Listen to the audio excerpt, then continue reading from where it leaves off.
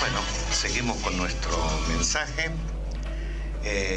Justamente el Señor dice seguir adelante, poder afrontar todas las vicisitudes, las persecuciones, la falta de comprensiones, de entendimiento de los demás, tanto como de aquellos del mundo como también de aquellos que están en la iglesia. Porque en verdad os digo, la iglesia hoy, el templo material donde donde ustedes rinden culto a Dios, está dispuesto de esta manera: el lugar santo y el lugar santísimo. El lugar santo es donde todo el pueblo clama la gloria de Dios y alaba a Dios con sus oraciones, con sus cánticos, con su liturgia, y donde Dios se complace de estar en medio de su pueblo, porque yo habito en medio de las alabanzas de mi pueblo. Ese vendría a ser el lugar santo, el lugar donde están la feligresía, ¿no? El lugar santísimo, o más conocido por ustedes como presbiterio, es donde el sacerdote ofrece el sacrificio perenne, el sacrificio eucarístico, el sacrificio de la cruz, donde se cumple con el mandamiento de Jesús: todas las veces que os reunís y compartís de este pan, hacedlo en memoria mía. Porque todas las veces que comieres de este pan y bebieres del cáliz de la sangre de Cristo, anunciáis su muerte hasta que Él vuelva. Y habéis hecho y habéis levantado un altar material, como también habéis levantado un altar espiritual en vuestros corazones. Fíjese que todo lo que se mueve y se hace adentro del templo material, vamos a especificarlo de esta manera para que podamos entender, está totalmente entrelazado con el corazón, con el altar espiritual, con las cosas espirituales, con los movimientos espirituales, con la intención espiritual, ¿no?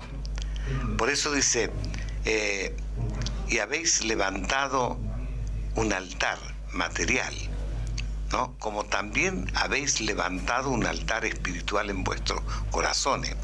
Ambos altares son sagrados, tanto el altar del corazón como el altar también del templo, ¿no? Material.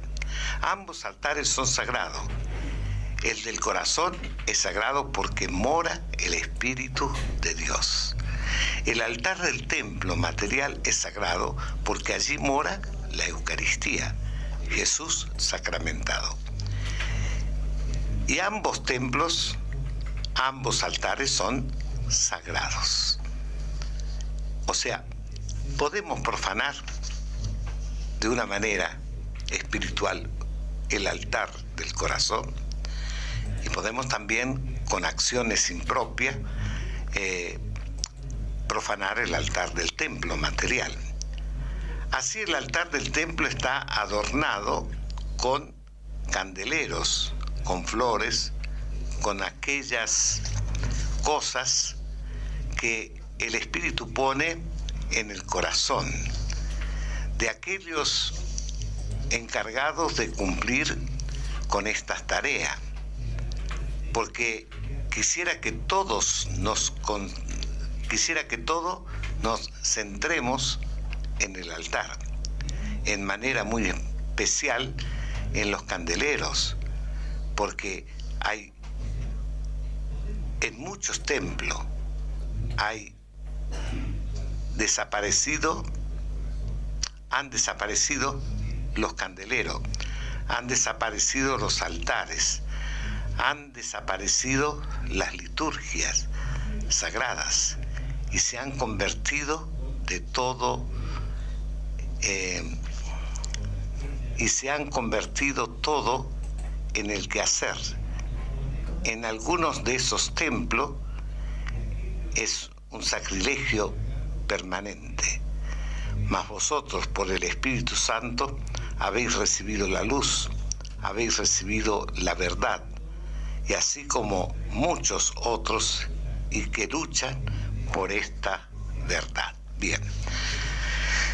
Les decía que era un poco complicado, digamos, no para nosotros, digamos, que ya sabemos el tema, sino quizá para aquellos que no conocen, que siendo católicos también no conocen profundamente el tema. Porque hay en muchos templos, pero quisiera que todos nos concentremos en el altar, o sea, en el altar del corazón y en el altar material del templo, ¿no? Nos concentremos en el altar, a ver, en manera muy especial en los candeleros. Usted sabe que el altar tridentino, el retablo, era para poner las flores, los candeleros, las imágenes y todos los adornos. Muchas veces hemos visto, y todavía hay en muchas iglesias antiguas, aquellos altares que son intocables, ¿no? Por el arte religioso que tienen. Pero el altar tridentino vendría a ser la misa que celebraba, el rito que celebraba la Iglesia Católica Romana, antes del Vaticano II. En el Vaticano II se hizo una reforma de la liturgia, o se hizo una liturgia nueva, que por supuesto no pierde el verdadero sentido del sacrificio de la misa, de la Eucaristía, la estructura de la misa prácticamente, bueno, es la misma, ¿no? La estructura del ritual, del rito de la misa. Pero se ha cambiado toda la parte decorativa, podríamos decir en cierta forma, de la liturgia. Se han quitado los retablos, se ha puesto solamente la mesa del altar. En algunos altares de la nueva liturgia del Vaticano II todavía existen algunos candeleros a un costado de la mesa. Otros que son más tradicionalistas tienen ambas partes de la mesa, y otros prácticamente han eliminado los candeleros. Apenas ponen una velita así en un platillo. Y los candeleros son importantes. Dice, los candeleros son importantes. ¿Por qué? Porque hay en muchos templos, todavía hay muchos templos, y en muchos templos han desaparecido por completo, ¿no?, estos candelabros. Los altares están prácticamente desnudos. Han desaparecido de la liturgia sagrada. Ojo que todo esto lo está aclarando el ministerio profético, o sea, el Espíritu Santo. Y se han convertido todos en el quehacer. En algunos de estos templos es un sacrilegio permanente. En algunos de estos templos, yo me atrevería a decir que en la mayoría, se convierte en un sacrilegio, porque ya en la liturgia es una falta de respeto total.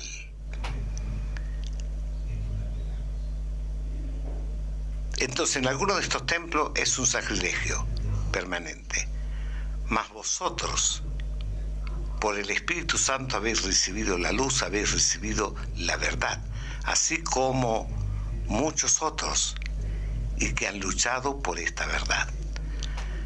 Se refiere a la falta de respeto en la liturgia, la desaparición de los candelabros, del arte religioso, de los adornos del templo, porque todo ese adorno de los retablos, de los altares y todo eso, era para Dios, no era para los hombres.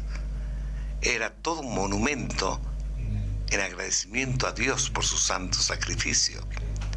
Era el esplendor de la liturgia, una liturgia que está alrededor de la Eucaristía, como Dios se merece, ¿no? Y todo eso se ha perdido. Hasta el respeto, ¿no? Ayer estaba mirando la misa de el Corpus Christi en Roma, es celebrada por el Papa, en la nueva liturgia del Vaticano II. Y bueno, podríamos decir que el Vaticano celebra una liturgia respetuosa, hasta un punto. Deja de ser respetuosa cuando se da la comunión en la mano. Yo digo, una misa tan esplendorosa como fue la del Corpus Christi, con todos los cantos eucarísticos, incluso antiguos, ¿no? Que son otra cosa. La música sacra de aquel entonces era otra cosa. La música que pretende ser sacra hoy es un desastre. No eleva el espíritu, no eleva nada, ¿no? Y la música de antes, la música sacra del Vaticano, de la misa tridentina, antes del Vaticano II, toda la música sacra elevaba el espíritu. Usted entraba a una iglesia, no hacía falta que alguien le diga, haga silencio, camine en punta de pie, no haga ruido, compórtese y todas esas cosas, porque el mismo templo lo llamaba al recogimiento. Sin embargo, hoy entran en un templo y no se sabe qué es lo que es. No se sabe qué es lo que es. Todavía hay templos, hay iglesias todavía que conservan ese arte, como la catedral de acá de Córdoba, ¿no?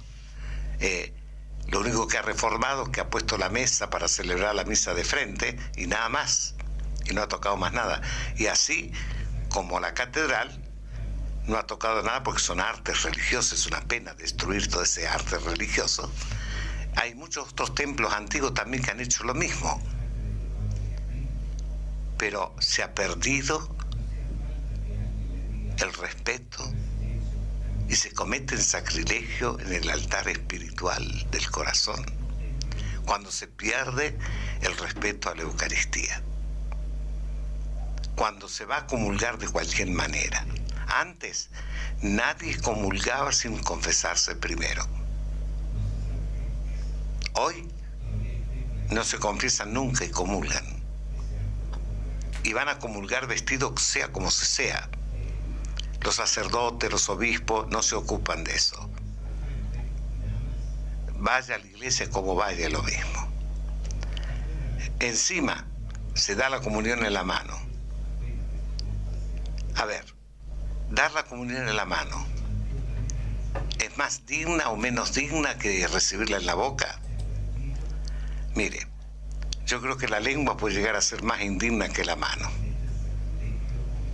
Pero recibir la comunión en la mano es más indigno por el hecho de que las partículas de la hostia que quedan en la mano del comulgante, ¿a dónde van a parar?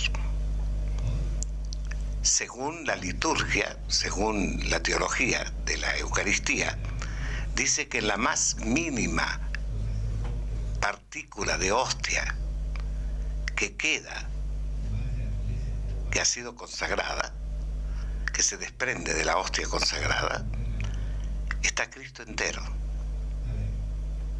Entonces, ese Cristo que se echan a la boca con la mano los mismos fieles y sacuden su mano, su dedo, se la ponen al bolsillo o caen al suelo, ese mismo Cristo ha sido pisoteado por los mismos fieles. Y esto se considera un sacrilegio. Fíjese que no somos nosotros los que consideramos esto un sacrilegio, es el Espíritu Santo que considera esto un sacrilegio.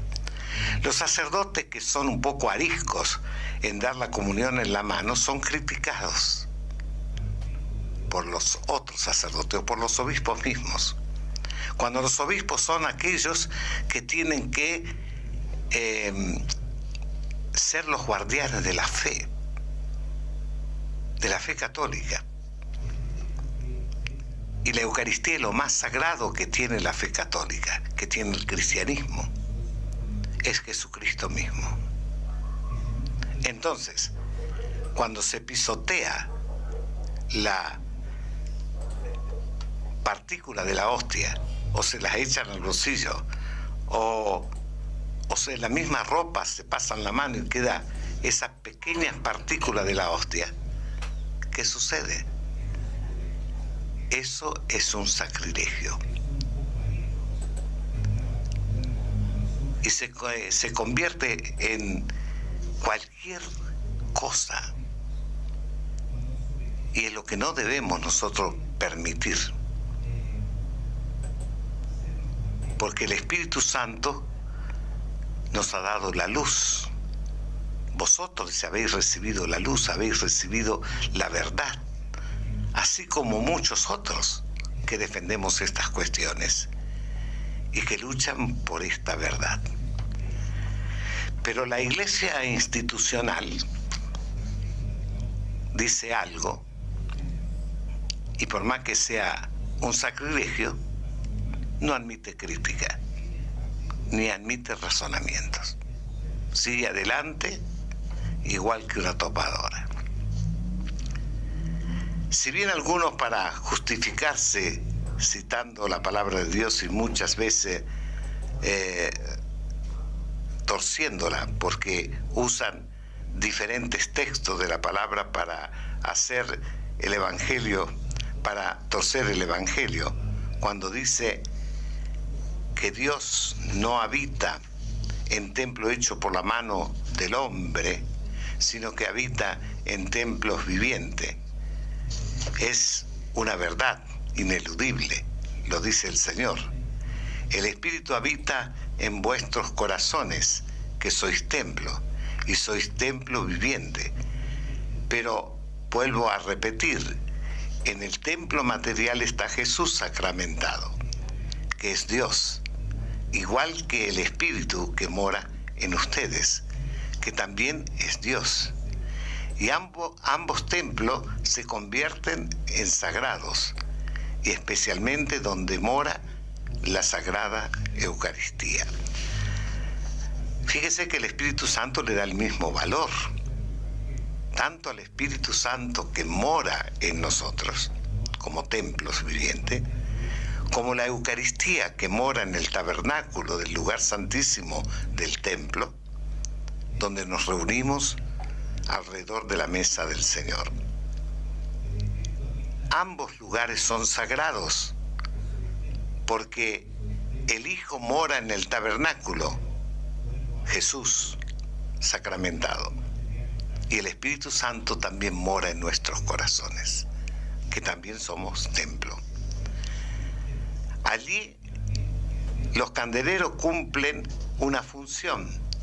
No solamente es la función de adornar el altar donde está presente Jesús sacramentado, sino que cumple la función litúrgica, representativa, simbólica, porque ustedes observarán que cada uno de esos candeleros lleva la luz, una vela encendida. Y cada candelero representa cada uno de los bautizados. En este caso, no importa que haya muchos candeleros o haya un solo candelero, pero eso es lo que representa a los bautizados, que hacen arder en la cima de este candelero la luz del Espíritu, la llama del Espíritu, la luz del Evangelio que habéis prometido, desparramar por el mundo en la celebración de la Pascua. En la celebración de la Pascua, en la resurrección, el día del sábado